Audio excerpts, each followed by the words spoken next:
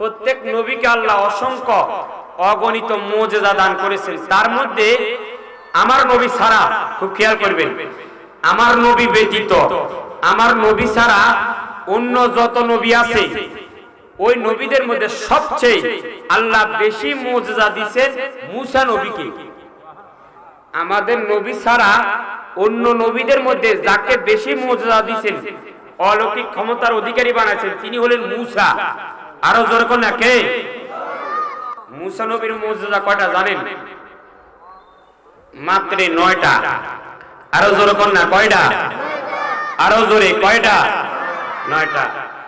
আমার নবী ছাড়া অন্য নবীদের মধ্যে সবচেয়ে বেশি মুজিজা দিয়েছেন আল্লাহ মুসাকে। কি মুজিজা? যেমন আল্লাহ মুসাকে একটা লাঠি দিয়েছেন, হে মুসা এই লাঠি দিয়ে তুমি জমিনে রাখো, লাঠি জমিনে রাখো।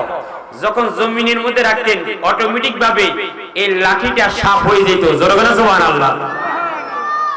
এই লাঠি যখন সমুদ্রের মধ্যে বাড়ি মারতেন অটোমেটিক ভাবে সমুদ্রের মাঝখান দিয়ে রাস্তা হয়ে যেত। এই লাঠি যখন মুসা কলিমুল্লাহ, খুব খেয়াল করবেন, পাথরের মধ্যে যখন আঘাত করত ওই পাথর থেকে অটোমেটিক পানি বের হতো। আরো জোরে বলেন সুবহানাল্লাহ। আমি আপনি কিয়ামত পর্যন্ত যদি পাথরের মধ্যে লাঠি দিয়ে বাড়ি মারি, পানি বাইর হবে? তো নবী যখন বাড়ি মারতো তখন পানি ঝর্ণা একটা নয় 12টা ঝর্ণা বাইর হতো। এর চেয়ে বড় আশ্চর্য কি হতো? তো সম্মানিত হাজিরিন, এগুলো ছিল মুসা নবীর মুজিজা। আর ঠিক আল্লাহ আমার দয়াল নবীকে মুজিজা দান করেছেন। আমার নবীর মুজিজা কয়টা? আপনাদের অনেকের প্রশ্ন থাকতে পারেন, দয়াল নবীর মুজিজা কয়টা? মুসা নবীর তো শুনলাম 9টা, আমাদের নবীর মুজিজা কয়টা? ইমাম নববী রাহমাতুল্লাহ আলাইহি বলেন আমার নবীর মুজিজার সংখ্যা হলো 1000। কোন না কয় হাজার? আর ইমাম জালালউদ্দিন সুয়ুতী রাহমাতুল্লাহ আলাইহি বলেন আমার নবীজির মুজিজা 1000-এর চাইতে আরো অধিক। আর ইমাম তাহাবী রাহমাতুল্লাহ আলাইহি বলেন আমার দয়াল নবীর মুজিজা 4000। জোরে বলেন সুবহানাল্লাহ। আর অন্যান্য মুফাসসিরগণ উল্লেখ করেন আমার নবীর টোটাল ছোট বড় মুজিজার সংখ্যা হলো 63000 মুজিজা। আরো জোরে কয় হাজার? 63000 মুজিজা। এই নবীজি যতগুলো মুজিজা আছে এই মুজিজাগুলো কিছু মুজিজা হলো আসমানি জগতের মুজিজা, কিছু জমিনের মুজিজা, কিছু জমিনের ভিতরের মুজিজা। যেমন আসমানি জগতের মুজিজার মধ্যে 1 নাম্বার মুজিজা হলো আল্লাহর কোরআনুল কারীম। জোরে বলেন সুবহানাল্লাহ। আসমানি জগতের আরেকটা মুজিজা হলো যে আমার নবী জাবালে আবি কুবাইস পাহাড়ের মধ্যে উঠে এইভাবে চন্দ্রের দিকে তাকাইয়া বলতেছেন, আমার নবী আঙ্গুল দিয়ে ইশারা করলেন, হে আকাশের চাঁদ আমি নবী তোমাকে হুকুম করতেছি আল্লাহর হুকুমে তুমি দ্বিখণ্ড হয়ে যাও, 2 ভাগ হয়ে যাও। নবী বলার সাথে সাথে আকাশের চন্দ্র দ্বিখণ্ডিত হয়ে যায়। এটা ছিল আমার নবীর আসমানি জগতের মুজিজা। ঠিক তেমনি ভাবে আমার নবীর আসমানি জগতের আরেকটি মুজিজা হলো যেটা অন্য কোন নবীকে আল্লাহ লা মাকানে নেন নাই। মুসা নবী কত দরখাস্ত করেছেন, রাব্বি আরনি রাব্বি আরনি, আল্লাহ দেখা দাও দেখা দাও। অন্য কোন নবীকে আল্লাহ দেখা দেন নাই। আমার নবী কখনো বলেন নাই আল্লাহ তুমি আমাকে দেখা দাও দেখা দাও। না বলার পরও এই আসমানি জগতের মুজিজা দয়াল নবীকে আল্লাহ জমিন থেকে মক্কাতুল মুকাররমা থেকে সরাসরি লা মাকানের মধ্যে নিয়ে আল্লাহ আমার নবীকে দিদার দিয়েছে। এটা ছিল আমার নবীর অন্যতম আরেকটি মুজিজা। তো সম্মানিত হাজিরিন, এই অসংখ্য মুজিজার মধ্যে জমিনি জগতের মুজিজা আছে, জমিনের ভিতরের মুজিজা আছে। তো নবীজিকে আল্লাহ লা মাকানে নিয়ে গেছেন। আসলে যে কোনো বিষয় আলোচনা করলে সময় থাকলে সবকিছু করা যায়। আমাদের বিশেষ করে আপনাদের এলাকার সন্তান মাওলানা আকিকুল ইসলাম আল কাদেরী আমারে বলছেন হুজুর একটু গরম ওয়াজ করিয়েন, শোধ দিয়েন। আরে বাবা, সোর গরম ওয়াজ সবে তো হবে, সময় তো লাগবে। বুঝেন নাই কথা? আমি কি ডাইরেক্টলি ঢুকে যেতে পারবো? যে কোনো আলোচনা যদি আমি শুরুতে টান মারে দিই তাহলে কেমনে হইব? আলোচনার একটা দাস আছে বাজি, ঠুসটাস করে মারি দিলে এটা আলোচকের বৈশিষ্ট্য নয়, আলেমের বৈশিষ্ট্য নয়। আলেম গোছায় গাছাই, যেখানে সোর মারা সেখানে সোর মারবে, যেখানে দলিল মারা সেখানে দলিল মারবে। কি বলেন ঠিক না? সম্মানিত হাজিরিন, আমার নবীর অন্যতম মুজিজা হলো মেরাজ। আরো জোরে কোন কি? আরো জোরে কি? আমার নবীর মেরাজ আপনারা মানেন? সরাসরি না স্বপ্নে? হ্যাঁ, আরো জোরে, সরাসরি না স্বপ্নে? না, আমি বলবো সরাসরি ও স্বপ্ন। এটা আমি ভেঙে দিব কিছুক্ষণ পরে কিতাব থেকে। তবে আমরা ওটাতে যাওয়ার আগে কিভাবে এটা হলো আমি সে সম্পর্কে কিছু তথ্য আপনাদেরকে তুলে ধরি। নবীজির বয়স যখন 40, আমার দয়াল নবীজির বয়স যখন 40, আল্লাহ জিবরাইলকে বলেন, জিবরিল যাও তাড়াতাড়ি আমার নবীর দরবারে যাও, আমি আল্লাহর কোরআন নাজিল করে দাও এবং আমার হাবিবুল্লাহকে বলো আজকে থেকে আর বসে থাকা যাবে না, আমি আল্লাহর দ্বীনের দাওয়াত যাতে করে শুরু করে দেয়। জোরে বলেন সুবহানাল্লাহ। আল্লাহুম্মা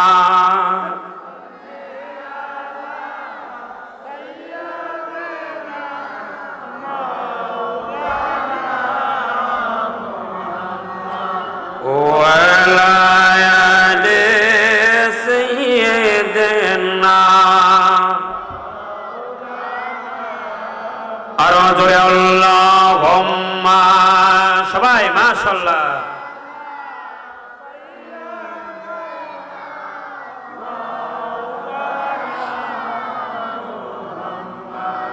ওয়ালা আলি সাইয়্যিদিনা গভীর মুবারক। আমার বন্ধুরা আমার, আমি বলতেছিলাম মদিনার নবী কামলিওয়ালা নবীজি বয়স যখন 40 বছর হয়ে গেলেন, আমার আল্লাহ ডাক দেখো, জিবরাইল আমার হাবিবুল্লাহর কাছে চলে যাও কোরআনুল কারীম নিয়ে, আর আমার নবীকে বলে দাও আর দেরি করা যাবে না, আমি আল্লাহর দ্বীনের দাওয়াত যাতে করে মানুষদের নিকট শুরু করে দেয়। জিবরাইল আমিন এসে মদিনার নবীর প্রতি কোরআনুল কারীম নাজিল করে দিলেন। জিবরাইল আমিন ডাকলেন, নবীজি, ও আমার নবীজি, আল্লাহ বলেছেন আপনাকে দ্বীনের দাওয়াত দেওয়ার জন্য, শুরু করার জন্য। এই কথাটা বলার সাথে সাথে আমার নবী আর দেরি করলেন না, বাইতুল্লাহর কাছে চলে গেলেন, খানে কাবার কাছে চলে গেলেন। এবার আমার নবী একটা ডাক দিল, মক্কার কাফেররা,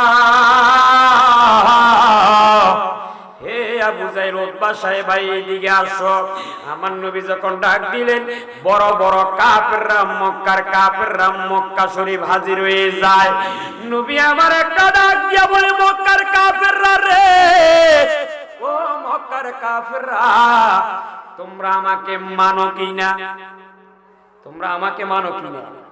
মক্কার কাফেররা বলেন, হ্যাঁ আমরা তোমাকে মানি, বিশ্বাস করি, সেই জন্য তোমার কাছে আমরা মাল আমানত রাখি, আলামিন, তোমাকে আমরা আলামিন বলে ডাকি, বিশ্বাস করি, সেই জন্য তোমার কাছে আমরা মাল আমানত রাখি।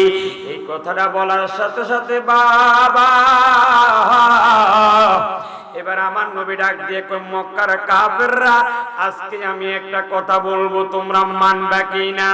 মক্কার কাফেররা ডাক দিয়ে কই, মুহাম্মদ, যদি মানার মতন হয় তাহলে আমরা মানবো। এবার আমার নবী ডাক দিয়ে কই, মক্কার কাফেররা, আল্লাহ এক, আর সেই আল্লাহর রাসূল হলো আমি নবীজি। জোরে বলেন সুবহানাল্লাহ। আরো জোরে করে সুবহানাল্লাহ। তোমরা আমাকে মানো কিনা? কয় হ্যাঁ মানি। তো যদি মানি থাকো তাহলে আজকে আমি একটা কথা বলবো, মানবা? কয় হ্যাঁ, মানার মতো হলে মানবো। কয় কি? আল্লাহ এক। আরো জোরে কর না, কে এক? না, আরো জোরে, কে? আল্লাহ শব্দটা একটু জোরে বলতে হবে, আরো জোরে, কে? আল্লাহ এক। ওই আল্লাহর রাসূল হলো আমি নবী। এই কথা নবী কার কাছে বলছেন? আরো জোরে, কার কাছে? এই কথা বলার সাথে সাথে আরে এবার আবু জাহিল কি কয় জানি না, এই মুহাম্মদ তো পাগল হয়ে গেছে। উতবা কয়, কি রে, বাতিজাতে মাতাল হয়ে গেছে, উল্টাপাল্টা কি বলে এগুলো? আমাদের খোদা তো লাত মানাত উজ্জা, এ আবার আল্লাহ এগুলো কি বলে, এ শুরু করে দিছে আমার নবীর উপর অত্যাচার নির্যাতন শুরু করে দিছে। বাবারা আমার, বন্ধুরা আমার, মদিনার নবীর উপর নির্যাতন শুরু করে দিলেন, নবীকে পাগল বলা শুরু করে দিলেন। নবী আবার যেদিকে যায় নবীজিকে পাথর মারে, নবীজিকে গালিগালাজ করে, নবীজির মাথার মধ্যে উটের নাড়ি মুড়ি দিয়ে দেয়, নবীজিকে নির্যাতন করে। আল্লাহ একটা ডাক দেখো, নবী গো, এই মক্কার কাফেররা যতই নির্যাতন করুক, যতই অত্যাচার করুক, ও নবী, আমি আল্লাহ বলে দিলাম, আমি আল্লাহর দ্বীনের দাওয়াত থেকে একটা সেকেন্ডের জন্য সরা যাবে না। জোরে কর সুবহানাল্লাহ।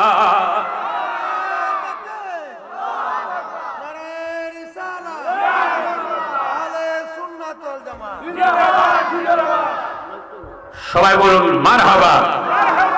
আল্লাহ বলেন, হাবিব, তারা যতই নির্যাতন করুক, যতই অত্যাচার করুক, আমি আল্লাহর দ্বীনের দাওয়াত থেকে সরা যাবে। আমার নবী দ্বীনের দাওয়াত দিচ্ছেন, দিতে দিতে দিতে দিতে আমার নবীর বয়স প্রায় 45 থেকে 46, ধরেন না 45 বছর, বলে না কয় বছর। মক্কার কাফেররা দেখলো, আরে দিন দিন নবী যেভাবে দ্বীনের দাওয়াত দেয়, আমাদের অবস্থা তো শেষ। তখন তারা চক্রান্ত করে আমার নবীকে শিয়াবে আবি তালিব, হযরতে আমার নবীর চাচা আবু তালিবের ঘরের মধ্যে, গৃহের মধ্যে নবীজিকে 3 বছর বন্দী করে রাখছে। বলে না কয় বছর, আরো জোরে কয় বছর। এক কথা যেটাকে জেলখানা বলা হয়, কি বলা হয়, বাইরে হইতে পারে না, কোথাও যাইতে পারে না, এক ঘরের মধ্যে, তো এটা তো জেলখানাই। আমার নবীকে দ্বীনের দাওয়াত দিতে দেয় নাই 3 বছর। 3 বছর নবী শিয়াবে আবি তালিবের মধ্যে ছিলেন। এই 3টা বছর ধরে নবী জেলখানার ভিতরে ছিলেন। কোন সে আমার নবীর মনটা কি ভালো নাকি খারাপ? আরো জোরে, ভালো না খারাপ? 1 নাম্বার কষ্ট। বাবারা আমার, বন্ধুরা আমার, এইভাবে নবীজি শিয়াবে আবি তালিব থেকে বাইর হওয়ার পরে নবীজির বয়স যখন 51 বছর হয়ে যায়, 51 বছর বয়সে আমার নবীজি মক্কা থেকে একটু দূরে একটা জায়গা আছে, নাম হলো তাইফ। তাইফ কি নাম? আমার কথা বোঝা যায়? একদম সিরিয়ালে যাব, এদিক সেদিক যাব না, দেখবেন পুরা মুখস্থ হয়ে যাবে আপনাদের এবং অনেক কিছু জানতে পারবেন। কষ্ট হয় বাজি? এখন নবীর বয়স কত? না না, আমি বলছিলাম 45 বছর বয়সে তো নবীকে শিয়াবে আবি তালিবে ঢুকাইছে, ওখানে 3 বছর ছিলেন, সেখান থেকে বের হয়ে আরো কয়েক বছর দাওয়াত দিলেন। এখন আমার নবীর বয়স 51, আরো জোরে না কত? বাবারা আমার, বন্ধুরা আমার, নবীজির বয়স যখন 51 বছর, মক্কা থেকে একটু দূরে, অনেক দূরে একটা জায়গা আছে, নাম হলো তাইফ। তাইফ না কি নাম? ওই তাইফের ময়দানে নবীজি ফালক পুত্র যায়েদকে নিয়ে আমার নবী তাইফের ময়দানে রওনা হলেন। তাইফের ময়দানে গেলেন, তাইফের ময়দানে গিয়ে কাফেরদেরকে ডাক দিলেন, রে কাফেররা, আমি আল্লাহর দ্বীনের দাওয়াত নিয়ে তোমাদের কাছে আসলাম, আমি নবী। তোমরা কাফেররা বলো আল্লাহ এক, আমি ওই আল্লাহর রাসূল। আমার নবী যখন তাইফের ময়দানে কাফেরদের কাছে যখন এই দাওয়াত দেওয়া শুরু করে দিলেন, বন্ধুরা রে, বাবারা রে, ওই তাইফের কাফেররা দাওয়াত গ্রহণ করা তো দূরের কথা, বরং উল্টা আমার নবীকে পাথর নিক্ষেপ করা শুরু করে দিল। নবীজির মাথা মুবারকের মধ্যে পাথর নিক্ষেপ, নবীজির বুক মুবারকের মধ্যে পাথর নিক্ষেপ, নবীজির শরীর মুবারকের মধ্যে পাথর নিক্ষেপ। আর পাথরের আঘাতে আমার নবীজির মাথা মুবারক থেকে রক্ত মুবারক আস্তে আস্তে আস্তে আস্তে নিচের দিকে যাচ্ছে। আল্লাহ একটা ডাক দিয়ে কই, জিবরাইল রে, ও জিবরাইল আমিন, ওই তায়েফের দিকে তাকায়া দেখো, আমার হাবিবুল্লাহ রক্ত মোবারক জমিনের দিকে যাচ্ছে, ফোঁটা ফোঁটা করে নিচের দিকে যাচ্ছে। ও জিবরাইল, মনে রাখবা, মনে রাখবা, যদি আমার নবীজির রক্ত মোবারক একবার যদি জমিনের মধ্যে পড়ে যায়, এই জমিনের মধ্যে আমি আল্লাহ কোন গাছপালা আর তৈয়ার করবো না। জোরে কর সুবহানাল্লাহ, আরো জোরে কর সুবহানাল্লাহ। আমার নবীর বয়স কত? আরো জোরে কত? 51। গেলেন তায়েফের ময়দানে, বলে না কোথায়? কাফেররা কি ইসলাম ধর্ম গ্রহণ করছেন নাকি নবীকে পাথর মারছেন? রক্ত মোবারক করতেছেন। জিবরাইল আমিন দ্রুত গতিতে, স্পিডে, তাফসীরে রুহুল বায়ান সহ অনেক তাফসীরে আছে, জিবরাইল আমিন জীবনে 4 বার খুব দ্রুত গতিতে দুনিয়াতে আসছে। এই 4 বারের মধ্যে ওই দিন একবার জিবরাইল আমিন এসে আমার নবীর রক্ত মোবারক নিজের হাতে নিয়ে ফেললেন। আর জিবরাইল বলেন, হুজুর আপনি যদি অনুমতি দেন আমি এই তায়েফটাকে জেরো জবর করে দিব, অর্থাৎ তায়েফটাকে উল্টাইয়া দিব, তায়েফের মানুষগুলোকে ধ্বংস করে দিব। আরে মনে রাখবেন, আল্লাহর পরে এই দুনিয়ার মধ্যে আমার নবীর চাইতে বড় দয়ালু আর হতে পারে? আরো জোরে বলুন না, হতে পারে? আমার নবী কেমন দয়ালু।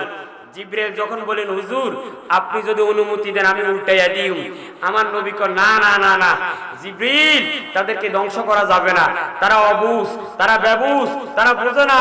একদিন তাদের কাছে আমি নবী দ্বীনের দাওয়াত দিব, তারা বুঝবে, তখন আমি নবীর কাছে দ্বীন গ্রহণ করে, কলমা গ্রহণ করে, আমি নবীর কাছে ইসলাম গ্রহণ করে মুসলমান হয়ে যাবে। সুবহানাল্লাহ। আর আমি হলে, আপনি হলে কি করতাম? মারি দে, কোনো কথা নাই। আমার মারছে, তুইও মারি দে, কোনো কথা নাই, তারে মারি ফেল। আমি হলে, আপনি হলে এরকম বলতাম। কিন্তু আমার নবী, আপনার নবী বলেন না, আমাকে মারছে, তাদেরকে মারা যাবে না। এটা ছিল রাহমাতাল লিল আলামিন। সবাই জবান দিয়ে বলেন না, এক শব্দ উচ্চারণ করলে 10টা নেকি লেখা হয়ে যাবে। আরো জোরে বলেন না, রাহমাতাল লিল আলামিন, রাহমাতাল লিল। এবার আমার নবী সেখানে তো আর দাওয়াত দিতে পারলেন না, উল্টা পাথর নিক্ষেপ করলেন। বলছে আমার নবীর মনে কি কষ্ট নাকি শান্তি? দাওয়াত দিতে পারে কষ্ট। তাহলে এক কষ্ট হলো শিয়াবে আবি তালিব 3 বছর বন্দী করে রেখেছে, মনে আছে না আপনাদের? আরেক কষ্ট হলো তায়েফ, নবীকে পাথর নিক্ষেপ করছে, 2টা কষ্ট। এবার যায়েদকে নিয়ে আমার নবী তায়েফের জমিন থেকে মক্কার জমিনে আসলেন। বাবা মনে রাখবেন, আমার নবীর সবচেয়ে বড় একজন অভিভাবক ছিল চাচা আবু তালিব, আর আরেক অভিভাবক ছিল মা খাদিজাতুল কুবরা। মক্কার অনেক পয়সাওয়ালা, তার মানে 2 দিকে নবীজির 2টা শক্তি, একদিক দিয়ে খাদিজাতুল কুবরা, আরেক দিক দিয়ে চাচা আবু তালিব। এই 2টা শক্তি 2 দিকে। আমার নবী যখন তায়েফ থেকে যখন মক্কার জমিনে আসলেন, আসার কয়েকদিন পরেই হঠাৎ করে চাচা আবু তালিব ইন্তেকাল করলেন। বলেন আমার নবীর মন ভালো না খারাপ? আরো জোরে, ভালো না খারাপ? তাহলে এখন কষ্ট কয়টা হয়েছে? 3টা। আরো জোরে বল না, কয়টা? এই আবু তালিব ইন্তেকালের বরাবর 1 সপ্তাহ পরে নবীর কলিজার টুকরা বিবি মা খাদিজাতুল কুবরা ইন্তেকাল করলেন। দেখছেন নি অবস্থা? একদিক দিয়ে 3 বছর বন্দী, আরেক দিক দিয়ে তায়েফের ময়দানে পাথর নিক্ষেপ, আরেক দিক দিয়ে চাচা আবু তালিব ইন্তেকাল, আরেক দিক দিয়ে খাদিজাতুল কুবরা ইন্তেকাল। এই 4টা কষ্ট। সেই জন্য ওই 51 বছর বয়স, ওই বছরটাকে বলা হয় আমুল হুজুন, দুঃখের বছর, কষ্টের বছর, শোকের বছর। আমার নবী এই 4টা কষ্ট এমন ভাবে একত্রিত হলো, সেই জন্য নবী যেদিকে যায় নবীর চোখ দিয়ে পানি পড়ে, নবী যেদিকে যায় নবীর মন খারাপ, নবী যেদিকে যায় নবী কান্না করে।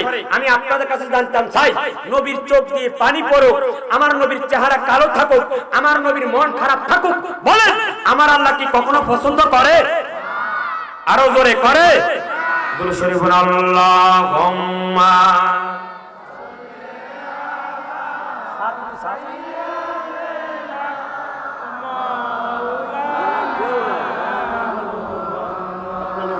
ওয়া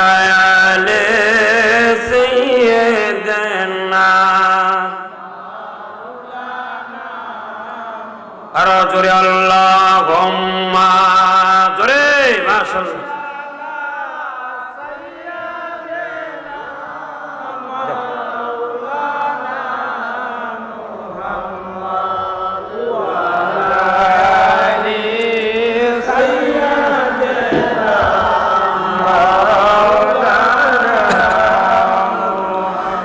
বাবারা আমার, বন্ধুরা আমার, আমি বলতেছিলাম নবীজির চেহারাটা বলেন। নবীজি যেদিকে যায় নবীজির চোখ দিয়ে পানি পড়ে, নবী কান্নাকাটি করে। আমার আল্লাহ একটা ডাক, দেখো জিব্রাইল, এ জিব্রাইল মক্কার দিকে তাকায়া দেখো। আমার নবী যেদিকে যায় আমার নবীর মনটা খারাপ, আমার নবী কান্না করে। এ জিব্রাইল আর দেরি করিও না, তাড়াতাড়ি মক্কাতুল মুকাররমা চলে যাও, সরাসরি আমার নবীকে লামাকানের মধ্যে নিয়ে আসো। আমি আল্লাহ আমার হাবিবুল্লাহকে দিদার দিয়ে আমার নবীজির মনের যত দুঃখ আছে আমি আল্লাহ সকল দুঃখগুলো দূর করে দিব। জোরে বল সুবহানাল্লাহ। আল্লাহকে যদি কেউ দেখে, আল্লাহকে যদি কেউ দেখে, বলেন মনের মধ্যে আর কোনো দুঃখ থাকে? আরো জোরে থাকে? বাবা আমার কথা বোঝা যায়? হ্যাঁ, মনোযোগ শুনবেন বাবা আমার, বন্ধুরা আমার। জিবরাইল আমিন দেরি করলেন না, তাড়াতাড়ি মক্কাতুল মুকাররমা এসে গেলেন। মক্কাতুল মুকাররমা হাজির হয়ে গেলেন। ওই সময় আমার নবীজি আরাম করতেছেন উম্মে হানির ঘরের মধ্যে। আমি আপনাদের কাছে জানতাম চাই বাবা, প্রত্যেকটা ঘরের দরজা আছে কিনা? আরো জোরে আছে কিনা? কিন্তু জিবরাইল আমিন ওই দিন উম্মে হানির ঘরের মধ্যে আসলো, দরজা দিয়ে ঢোকে নাই, বরং ওই ঘরের ছাদের উপর দিয়ে ঢোকেন। সহিহ বুখারীতে রয়েছে। ফুরিজা আনসাকফি আমার মদিনার নবী বলেন যে জিবরাইল আমিন ঘরের ছাদের উপর এসে ঘরের ছাদটাকে দুইটা ভাগ করে আমি মদিনার নবীর কাছে আগমন করলেন। জিবরাইল আমিন ডাক দেখো, নবী গো, আল্লাহ বলেছেন আপনাকে লামাকানে নিয়ে যাওয়ার জন্য। নবীজিকে জিবরাইল আমিন মক্কা শরীফ একটা কূপ আছে, কূপ, ওই কূপের কাছে নিয়ে গেলেন। আমার নবীজির বুক মোবারকটা দুইটা ভাগ করলেন, আলাদা করলেন। নবীজির কলব মোবারক বাইর করিয়া ওই জমজমের পানি দিয়ে দূত করিয়া আবার কলব মোবারকটা মিলাইয়া এবার আমার মদিনার নবীকে মক্কাতুল মুকাররমা থেকে আমার মাওলার উদ্দেশ্যে রওনা হয়ে গেলেন। জোরে বল সুবহানাল্লাহ।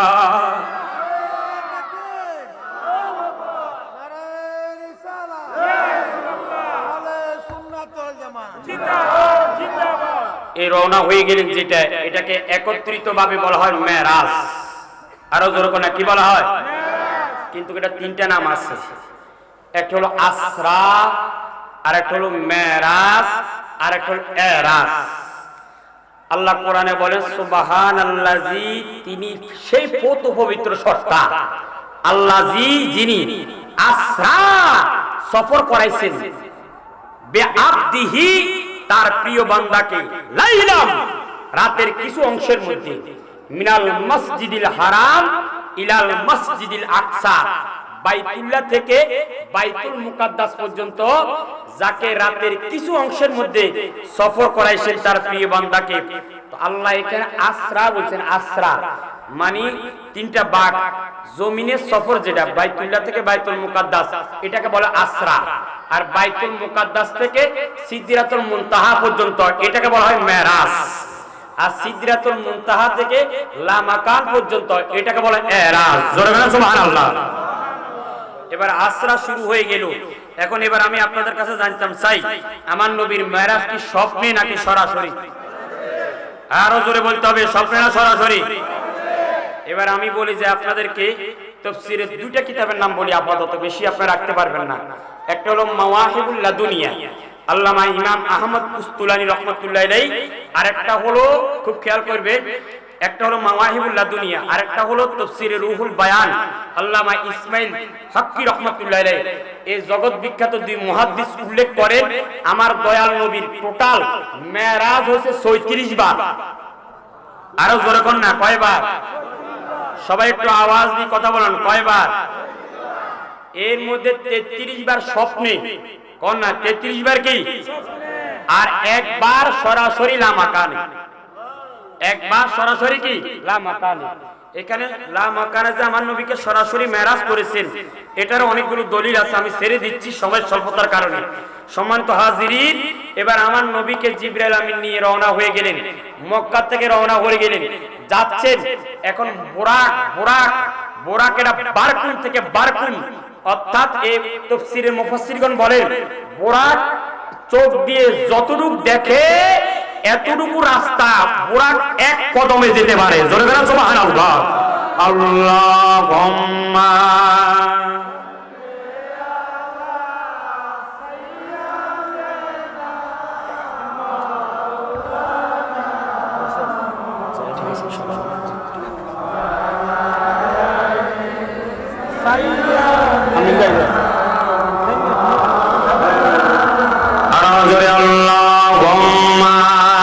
সবাই মাশাআল্লাহ।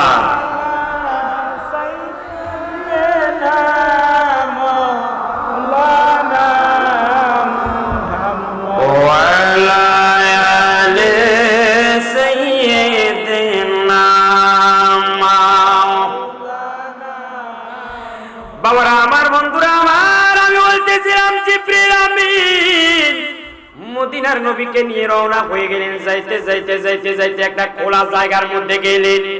জিবরাইল আমিন ডাক দেখো, নবীজি এই জায়গার মধ্যে একটু থামেন, ও নবী এই জায়গার মধ্যে একটু থামেন। আমার নবী থামলেন, কয় নবী গো এই জায়গার মধ্যে একটু দোয়া করেন। আমার নবী দোয়া করলেন। নবী আমার একটা ডাক দিয়ে বলে, জিবরিল রে, ও জিবরাইল আমিন এই জায়গাটার নাম কি, বর্তমান নাম কি?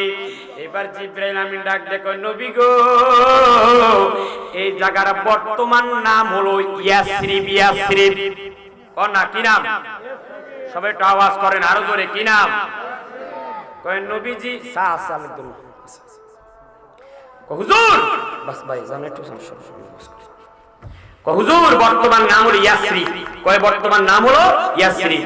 কয় মায়ার নবীজি অল্প কিছুদিন পরে আপনি মক্কা থেকে হিজরত করে এই জায়গার মধ্যে আসবেন। ও নবীজি আপনার কদম মোবারক লাগার সাথে সাথে এই জায়গাটার নাম আর ইয়াসরিব থাকবে না, এই জায়গার নাম হয়ে যাবে সোনার মদিনা। জোরে কর সুবহানাল্লাহ, আরো জোরে করে সুবহানাল্লাহ। আচ্ছা আমি আপনাদের কাছে জানতাম চাই, একটা প্রশ্ন করে উত্তর দিতে পারেন কিনা দেখি। আচ্ছা বলেন, সে জায়গার কারণে ব্যক্তি দামি হয় নাকি ব্যক্তির কারণে জায়গা দামি হয়? হ্যাঁ হ্যাঁ মাশাআল্লাহ। শরফুল মাকানে শরফুল মুকিন, শরফুল মুকিনে শরফুল মাকান। মনে রাখবেন, জায়গার কারণে ব্যক্তি দামি হয় না, বরং ব্যক্তির কারণে জায়গা দামি হয়ে যায়। মদিনা ছিল ইয়াসরিব, জায়গাটা ছিল খুব খারাপ, বাতাস খুব জঘন্য, রাস্তাঘাট খুব খারাপ। আরে সহিহ বুখারীতে আছে বাবু ফদাইল মদিনা, মদিনা শরীফের একটা অধ্যায় সহিহ বুখারীতে আছে।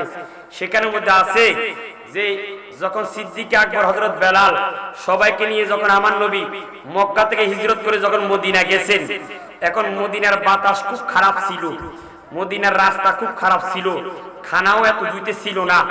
এই রাস্তা বাতাস অপরিচিত সবকিছু মিলাই হযরত বেলাল, হযরত আবু বকরের জ্বর এসে গেছে। জ্বর জ্বর কোন না, কি আছে?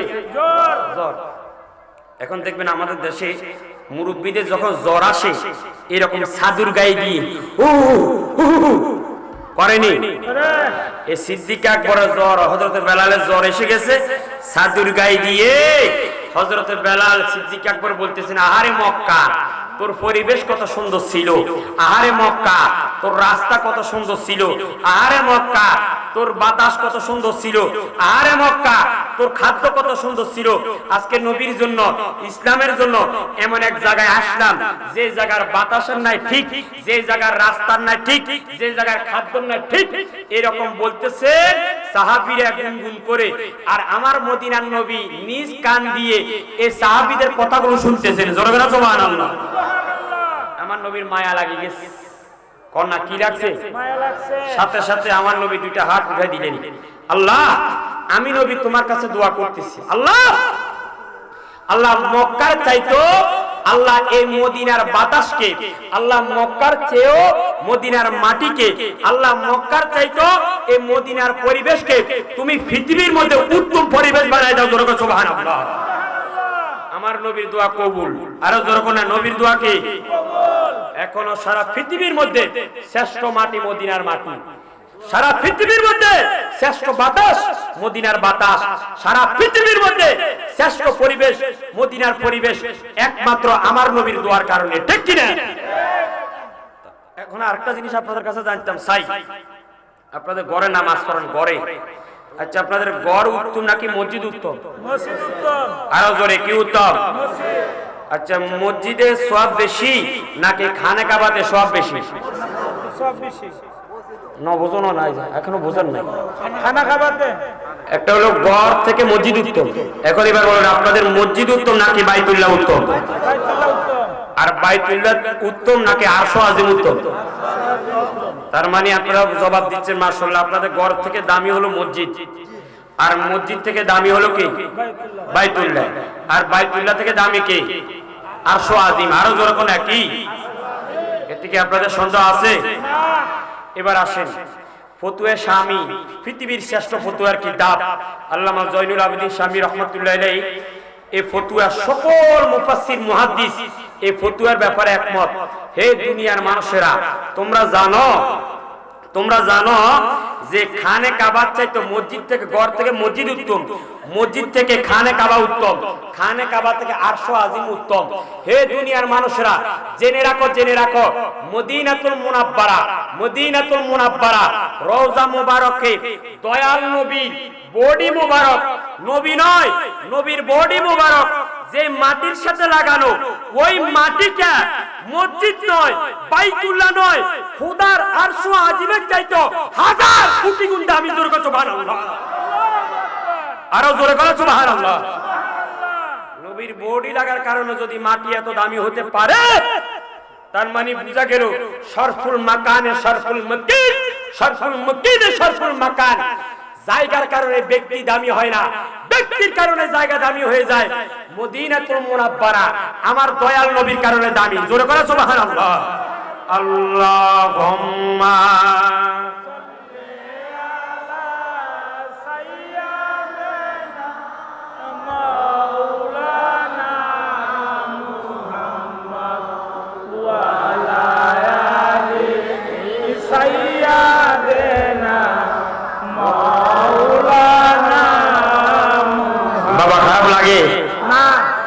আমরা ওয়াজ করি না, মানুষ দিনে করি শিক্ষকতা। আপনারা অনেকে এখানে মুশরিকুল্লাহ দরবার শরীফের মুরিদ আছেন, আছে না? মাশাআল্লাহ। নারিন্দা ওখানে যে মুশরিকুল্লাহ নারিন্দা কামিল মাদ্রাসা, ওখানের মধ্যে প্রায় প্রথমে আমি 5 বছর প্রধান মুফতি ছিলাম নারিন্দাতে। ওখান থেকে এখন বর্তমান চট্টগ্রাম সিফাতুলি কামিল মাদ্রাসায় আছি। তো আসলে ক্লাস করি 1টার দিকে রওনা দিলাম এখানে। আবার যিনি আজকে আসবেন প্রধান অতিথি, তিনি আবার আমার শ্বশুর, একদিক দিয়ে শ্বশুর, আরেক দিক দিয়ে আমার বন্ধু মানুষ, ওনার আপন বাতিজি আমি বিবাহ করছি। তো হিসাবে আমি জামাই, উনি শ্বশুর। এখন শ্বশুর যদি স্টেজে আসি যায়, তো জামাইকে আর মাইক ধরে রাখতে পারবো? সারিতে লাগবে। এখন কখন আসি যায় আমার এই শ্বশুর বাবাজি আল্লাহ জানে। তা আমি এই জন্য বলছি, আরে আমরা যে কোনো স্টেজে যাই, আমার একটা ব্যক্তিগত অভ্যাস আছে, আমি ধারাবাহিক ভাবে আলোচনা করি, এদিক সেদিক অগোছালো আলোচনা করি না। আর আমার সময় লাগে একদম কমপক্ষে, কারণ আমরা বাজি পেশাদারি চিন্তাধারা করি না, গড়ি চাই না। আমরা সবসময় যখন ওয়াজ করি, তখন যে বিষয়টা ধরি চিন্তা থাকে ওইটা শেষ করে দেওয়া। তো এটা শেষ করতে গেলে 3 ঘন্টাও লাগতে পারে, 4 ঘন্টাও লাগতে পারে। গত কয়েকদিন আগে, 1 সপ্তাহ আগে লক্ষ্মীপুর একটা ওয়াজ করছি, টানা 4 ঘন্টা ওয়াজ করছি। কমে মাঠের মধ্যে তখন 3-4 হাজার মানুষ ছিল, ধারাবাহিক ভাবে ওয়াজ করছি। তো এখন আমি যখন আসতেছি, আমারে বলতেছে সময় হলো 1 ঘন্টা 10 মিনিট বাজে। এই সময়ের মধ্যে আমি কি ওয়াজ করব না আওয়াজ করব, আমি কিছু বুঝি না। কারণ ওয়াজ কারণ প্রথমে ওয়াজ বললে মানুষ তোমরা কথা বলিও না, সেনাবাহিনীর সামনে বলে তো ওয়াজ করা যায় না। আওয়াজ করা যাবে না, মুরব্বীরা ওদেরকে থামাইবেন। তো সেজন্য সময়ের বিষয়, সময় লাগে। যাক, তারপরে আমি আগাচ্ছি ইনশাআল্লাহ।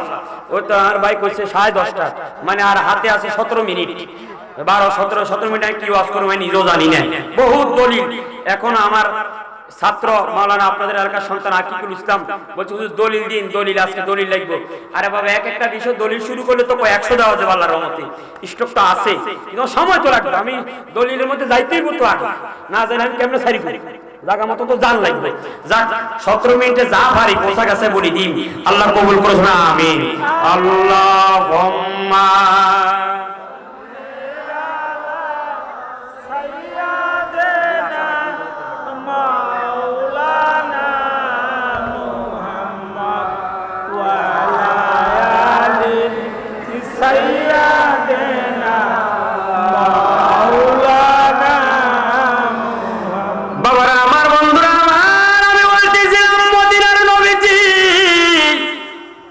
ইয়াসরিবের মধ্যে আমার নবী দোয়া করলেন, আবার রওনা হয়ে গেলেন। খুব খেয়াল করেন। তাহলে আমার নবীজি প্রথম যে জায়গার মধ্যে থামলেন ওই জায়গার নাম হলো ইয়াসরিব। ইয়াসরিব আরো জোরে কি নাম? আর যে জায়গা থেকে নবীজি শুরু করলেন ওই জায়গার নাম হলো মক্কা। না কি নাম? মক্কার আগের নাম বাক্কা। আরো জোরে কি? আর মদিনার আগের নাম ইয়াসরিব। মনে থাকবে আপনাদের? এখন আমার নবী থামলেন ইয়াসরিবের মধ্যে। ইয়াসরিব থেকে এবার আমার নবী রওনা হয়ে গেলেন। যাইতে যাইতে মদিনার নবীজি আরেকটা জায়গার মধ্যে চলে গেলেন। জিবরাইল আমিন ডাক দেখো, নবীজি ও মায়ার নবীজি, এই জায়গার মধ্যে একটু থামেন গো নবীজি। আমার নবী থামলেন। এবার আমার নবী দোয়া করলেন। আর জিবরাইল আমিন বলেন, নবী গো, এই জায়গার মধ্যে একটা মাজার আছে, মাজার, ওই মাজারটা আপনি জিয়ারত করেন। আমার নবী দোয়া করলেন, মাজার জিয়ারত করলেন। নবী আবার একটা ডাক দিয়ে বলে, জিবরাইল রে, ও জিবরাইল আমিন, এই জায়গাটার নাম কি? ও হুজুর, এই জায়গার নাম হলো মাদাইন। কি নাম? মাদাইন। আরো জোরে কোন কি নাম? নবী আমার ডাক দেখো, জিবরাইল, এই মাজারটা কার? কয় নবী গো, এই মাজারটা হলো আল্লাহর নবী শুআয়ব আলাইহিস সালাতু ওয়াস সালামের মাজার। আরো জোরে করে সুবহানাল্লাহ। আমার নবী মাজার জিয়ারত করছেন। আপনারা মাজার জিয়ারত করেননি? আরো জোরে করেননি? আশেপাশে কোন মাজার আসেনি? আরো জোরে আসেনি? কার কার? মাশাআল্লাহ, ফান্দাক দরবার আছে, এখান দিয়ে হযরত মুনিফ শাহ আছে, এখান দিয়ে হযরত নাসিরউদ্দিন সিবাসালা আছে। আচ্ছা, আপনাদের এখানে দেখি তো কারা কারা মাজার জিয়ারত করছেন এই পর্যন্ত? আমি করছি। আল্লাহু আকবার, মাশাআল্লাহ, সবাই বলেন মারহাবা। আপনার মান তাকবীর দিন না ওনার, কারণ সময় কম। এখন যেটা বলছিলাম সেটা হলো, তাইলে সবাই মাজার জিয়ারত করছেন। আমাদের দেশের কিছু লোকেরা আছে, আমরা মাজার জিয়ারত করি, আমাদেরকে বলে মাজার পূজারি। কয়নি? আরো জোরে কয়নি? এই জোরে কোন কয়নি? আমরা কি মাজার পূজা করি? না। আরো জোরে, মাজার পূজা করি? না। মাজার পূজা কোন মুসলমান কি পূজা করতে পারে? না। আচ্ছা, পূজা কারা করে? কথা কই না। পূজা কারা করে? হিন্দুরা করে। এবার আসেন, কথা কই না, আওয়াজ করেন না। এবার আসেন, পূজার জন্য কিছু নিয়ম আছে। আমি নিজে একজন হিন্দু বড় পণ্ডিত থেকে আমি জিজ্ঞেস করছি, দাদা পূজার জন্য কোন নিয়ম কারণ আছে কিনা? হ্যাঁ আছে। কি? 1 নাম্বার মন্দির লাগবে, ভালো করে খেয়াল করেন। 2 নাম্বার মূর্তি লাগবে। 3 নাম্বার মূর্তিকে খোদা মনে করতে হবে। 4 নাম্বার সড়ক ফাঁক করতে হবে। 1 নাম্বার মন্দির, 2 নাম্বার মূর্তি, 3 নাম্বার খোদা মনে করতে হবে মূর্তিকে, 4 নাম্বার সড়ক ফাঁক করতে হবে। এই 4টা জিনিস যদি পাওয়া যায় তাহলে পূজা হবে। পূজা আমি আপনাদের কাছে জানতাম চাই, কেউ মিথ্যা বলবেন না। নাসিরউদ্দিন সিবাসালা দরবারে গেছেন, ফান্দাও গেছেন, হযরত মুনিফ শাহ দরবারে গেছেন। কোন মাজারে কোন মন্দির আছে? না। আওয়াজ বুঝা আছে? যারা চুপ করে আছেন তারা বুঝাইতেছেন আছে। আরো জোরে আছে? কোন ওলি আল্লাহর দরবারে মূর্তি আছে? আছে? আরো জোরে আছে? কোন ওলি আল্লাহকে আমরা কি খোদা মনে করি? আরো জোরে মনে করি? কোন ওলি আল্লাহর দরবারে কি আমরা কি কোন শ্লোক পাঠ করি? তাহলে মন্দিরও নাই, মূর্তিও নাই, এরপরে খোদাও মনে করি না, শ্লোকও পাঠ করি না। তো এখন তাহলে পূজারি কেমন হইলাম? আমরা তো ওলি আল্লাহর দরবারে গিয়ে শ্লোক পাঠ করি না, বরং ওলি আল্লাহর দরবারে গিয়ে আমরা কি করি? সূরা ফাতিহা পাঠ করি, সূরা ইখলাস পাঠ করি, দুরূদ শরীফ পাঠ করি, এরপরে ওই ওলি আল্লাহকে উসিলা দিয়ে আল্লাহর দরবারে দোয়া করে, ঠিক কি না? এর বাইরে কি কোনো কাজ আছে? তাহলে এখানে পূজার কোনো বিষয় আছে? তারা কারা? তারা কারা যারা আজকে নিজের মুসলমান দাবি করে অন্য মুসলমান ভাইকে পূজারি বলে? শরীয়তের মাসালা কি জানে? তারা তো জানে না, আর মনে হয় মূর্খ। নিজেরাই পূজা করে, এখন নিজেরাই পূজা করে অন্যকে পূজারি বলতে বলতে। শরীয়তের মাসালা হলো, উনি যদি কাফের না হয়, আমি যদি বলি উনি কাফের, কিন্তু উনি মূলত কাফের নয়, আমি যদি ওনাকে কাফের বলি, শরীয়ত বলতেছে এই কুফরিটা ওনার উপর পতিত হবে না, বরং আমি বলার কারণে আমি নিজে কাফের হই। তো যারা আজকে আমাদেরকে পূজারি বলে, মূলত বাজে আমরা পূজা করি না, আমরা করি কবর জিয়ারত। তোরা পূজারি বলার কারণে তোরা নিজেরাই পূজারি হয়ে গেছে, ঠিক কি না? আমরা পূজারি করি না, আমরা পূজা করি না, আমরা করি জিয়ারত। সকল পৃথিবীর সকল মুহাদ্দিস, ইমাম নববী সহ সকল মুহাদ্দিস মুফাসসির এই ফতোয়ার ব্যাপারে একমত। ইন্নাল জিয়ারাতা হিয়া সুন্নাতুন, মা বাবার কবর জিয়ারত করা, আউলিয়া কেরামের মাজার জিয়ারত করা, নবীজির রওজা মুবারক জিয়ারত করা শুধু জায়েজ নয়, শুধু মুস্তাহাব নয়, বরং কবর জিয়ারত করা এটা আমার দয়াল নবীর সুন্নাত। জোরে বল সুবহানাল্লাহ। যে সুন্নাতের ব্যাপারে আল্লাহ কোরআনে বলেন কি দেখেন, জিয়ারতের ব্যাপারে আল্লাহ কোরআনুল কারীম ৫ম পারা সূরা নাসাতে আল্লাহ বলতেছেন ওয়ালাউ আন্নাহু, হেরা দলিল পায় না। দলিল ভাইবে কেমনে? ভিতরে মাল মেডিসিন তো থান লাগবে, বাস শুধু জিহাদের আয়াত মুখস্থ করে। এখন আসেন দেখেন আল্লাহ কোরআনে বলেন ওয়ালাউ আন্নাহুম ইযলামু আনফুসাহুম জাউকা ফাস্তাগফিরুল্লাহ ওয়াস্তাগফারা লাহুমুর রাসূল লাওয়াজাদুল্লাহ তাওয়াবার রহিমা। আল্লাহ বলেন নবী গো, যদি আপনার কোন উম্মত যদি তাদের নফসের উপর যদি গুনাহ করে, অত্যাচার করে, অন্যায় করে, আমি আল্লাহ ঘোষণা করে দিচ্ছি এই বান্দা নফসের গুনাহগুলো maaf করার জন্য জাউকা আপনি নবীর দরবারে যাতে করে চলে যায়, গিয়ে ফাস্তাগফিরুল্লাহ, ও নবী তারা যাতে করে আমি আল্লাহর কাছে প্রার্থনা করে, ওয়াস্তাগফারা লাহুমুর রাসূল, আর আপনি নবী যখন আমি আল্লাহর কাছে সুপারিশ করিবেন, লাওয়াজাদুল্লাহ তাওয়াবার রহিমা, আমি আল্লাহ জীবনের গুনাহগুলো maaf করে দিব। জোরে বল সুবহানাল্লাহ। তাহলে নবীর দরবারে যাওয়ার জন্য হুকুম কার? না এত জোরে আস্তে বলে আরো জোরে কার? আরো জোরে কার? এক নাম্বার দলিল। ২ নাম্বার সহিহ মুসলিম, আমার নবী বলতেছেন কুনতু নাহাইতুকুম আন জিয়ারাতিল কুবুর আল আনফাজুরুহা। নবী বলেন আমি ইসলামের প্রাথমিক যুগে তোমাদেরকে কবর জিয়ারত করার জন্য নিষেধ করেছিলাম। কেন কেন নিষেধ করলেন? যেহেতু ইসলামের প্রাথমিক যুগে কাফের এবং মুসলমানদের কবর একই জায়গায় ছিল।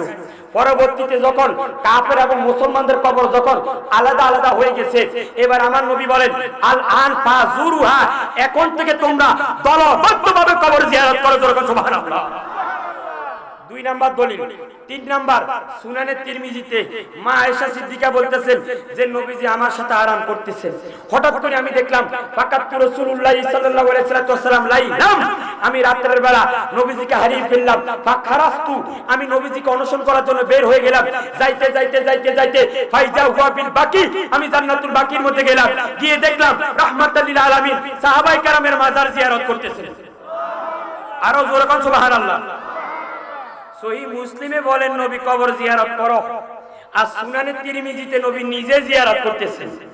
এরপরে ইবনে মাজাহ হাদিস, আমার নবী প্রত্যেক বছর উহুদের ময়দানে গিয়ে উহুদের সাহাবীদের মাজার জিয়ারত করতেন। এটা ৪র্থ নাম্বার দলিল। ৫ম নাম্বার, আমাদের মাযহাবের ইমামে আযম আবু হানিফা রাহমাতুল্লাহ আলাইহি উনার লিখিত কিতাব কসিদাতুল নুমানের ১ম নাম্বার শেয়ারের মধ্যে তিনি বলতেছেন সে ইরাক থেকে মদিনাতুল মুনাওয়ারা গেলেন, গিয়ে বলতেছেন ইয়া সাইয়্যিদা সাদাত, হে সৌভাগ্যশীলদের সরদার নবী, জি তুকা কাসাদান, আমি নিয়ত করে আপনার দরবারে আসলাম ও নবী আরজু রাদাকা আপনার সন্তুষ্টি পাওয়ার জন্য ওয়া ইহতিমামি হামাকা আপনার কাছে আশ্রয় লাভ করার জন্য আমি আপনার কাছে জানতাম চাই নবী বলেন কবর জিয়ারত করো নবী নিজে জিয়ারত করছেন ইমাম আজমের মতন ব্যক্তি যদি সেই ইরাক থেকে যদি নবীর দরবারে গিয়ে যদি রওজা জিয়ারত করতে পারে বলেন কবর জিয়ারত করা জায়েজ নাকি না জায়েজ আরো জোরে জায়েজ না জায়েজ তাদের না জায়েজের ফতোয়া আমরা মানব তাদের পূজারি এগুলো আমরা মানব তারা তাদের ফতোয়া লয়ে থাকুক আমরা আমার নবীর সুন্নাত দিয়ে আছি কি বলে ঠিক না গুরু শরীফ আল্লাহুম্মা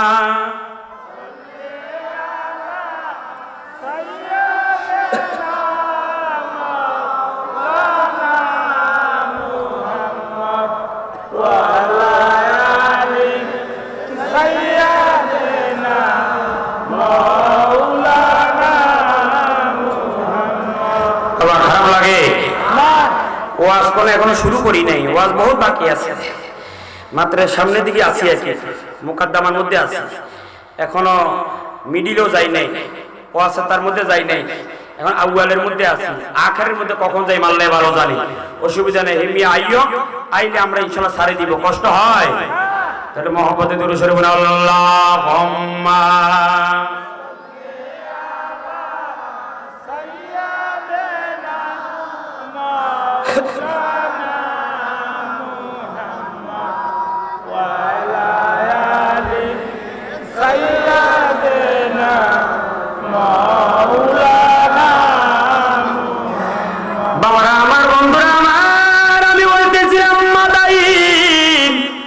মদিনার নবী সেখান থেকে জিয়ারত করে আমার নবী রওনা হয়ে গেলেন তাহলে মনে রাখবেন বাবা নবীজির দ্বিতীয় নাম্বার স্টেশনের নাম হলো মাদাইন কোন কি নাম শুরু করছে কোথা থেকে মনে আসেনি আপনাদের কোথা থেকে না এই সফর শুরু হয়েছে কোথা থেকে মক্কা থেকে শুরু করছে কোথা থেকে মক্কা আরো জোর কোনা কোথায় এরপরে প্রথম স্টেশনের নাম কি ওয়াজ কার কাছে করি আমি ইয়াসরিব আরো জোরে কোন কি এখন দ্বিতীয় নাম্বার স্টেশন নাম হলো মাদাইন আরো জোরে কোন কি এবার মদিনার নবীজি আবার রওনা হয়ে গেলেন যাইতে আরো অনেক দূরের মধ্যে যাওয়ার পরে জিব্রাইল আমিন ডাক দেখো নবী গো এই জায়গার মধ্যে একটু থামেন এই জায়গার মধ্যে থামেন আমার নবী থেমে গেলেন কয় হুজুর এখানের মধ্যে একটু দোয়া করেন আমার নবী দোয়া করলেন এবার আমার নবী কয় জিব্রাইল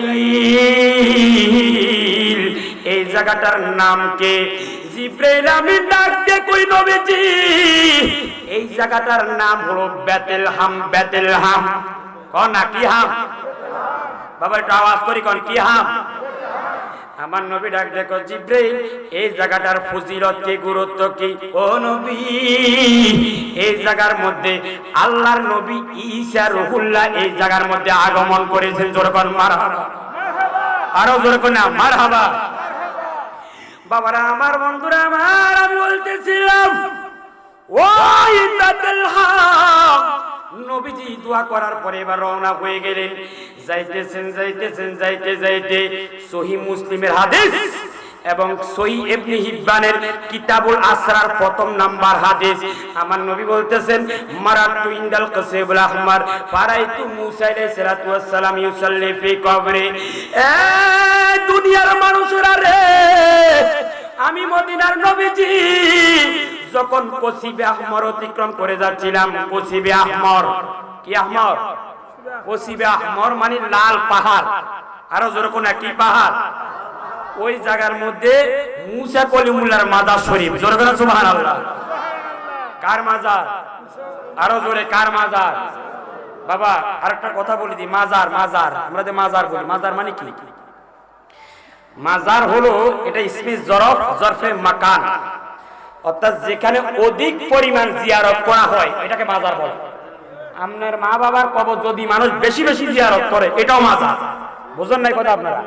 সেই জন্য যেখানে যেমন নাসিরউদ্দিন সিপাহসালার মাজার দিন রাত লক্ষ লক্ষ মানুষ কবর জিয়ারত করেনি হ্যাঁ আরো জোরে করেনি রাতে 3টা বাজে সোনারুঘাট থেকে মাহফিল করে মাজারে ঢুকলাম। আমরা ঢুকি দেখতেছি এখানে আমাদের আগে আরেকজন জিয়ারত করতেছে। তাই না আল্লাহর ওলিদের, এই বাবা মনে রাখবেন, মাল্লাহু মাওলা ফালাহুল কুল, যিনি মাওলার হয়ে যান সারা দুনিয়া তার হয়ে যান। আর আল্লাহর ওলিরা তো আমার আল্লাহর রাজি করে ফেলছেন, এইজন্য সারা দুনিয়া তাদের কদমে পড়ে গেছে। জোরে বলো সুবহানাল্লাহ। বাবারা আমার, বন্ধুরা আমার, মদিনার নবী কসিবা আহমর অতিক্রম করে যাচ্ছিলেন। নবী আমার একটা ডাক দিয়ে কই, দুনিয়ার মানুষেরা রে, আমি নবী উপর থেকে তাকায়া দেখলাম মুসা কলিমুল্লাহ কবরের ভিতরে দাঁড়াইয়া দাঁড়াইয়া নামাজ পড়তেছেন। জোরে বল সুবহানাল্লাহ। আরো জোরে করে সুবহানাল্লাহ। এখন মুসা নবী যে কবরের ভিতরে দাঁড়াইয়া দাঁড়াইয়া নামাজ পড়ে, মরা না জিন্দা? আরো জোরে, মরা না জিন্দা? আওয়াজে বুঝা যায় মরা। মরা মানুষ কি নামাজ পড়তে পারে? তাহলে আওয়াজ করতে হবে, মরা না জিন্দা? হ্যাঁ হ্যাঁ হ্যাঁ, জিন্দা। এবার আসেন, আমাদের দেশের কিছু ভাইরা বলে, হুজুর, হুজুরদের মধ্যে এত ঠেলা ঢেলি কেন? এ হুজুর পাগড়ি টুপি পরছে, আমি পরলাম। এ হুজুর সাদির গায়ে দিছে, আমি একটা দিলাম। পাঞ্জাবি পরছে, আমি পরলাম। দাড়ি আছে, আমারও আছে। এখন এই হুজুর বলে একটা, আমি বলি আর একটা। এখন আমরা যাব কোন দিকে? এরকম গুতাগুতি ঠেলা ঢেলি চলেনি? আপনারা আছেন বিপদে। এখন এই হুজুরদের মধ্যে এখন কারা সঠিক? এই হুজুরদের সাথে কেন আমাদের ঠেলা ঢেলি, অথবা ওদেরকে আমরা কেন মানি না? এবার আমি বলে দিই, ওই আমার মতন কিছু হুজুর আছে, এরকম টুপি পরে জুব্বা গায়ে দিয়ে দাড়ি লাগায় ফতুয়া দেয়। এই বাবা ফতুয়া দেয় যে একটু তাকবীর দেন, নারে তাকবীর,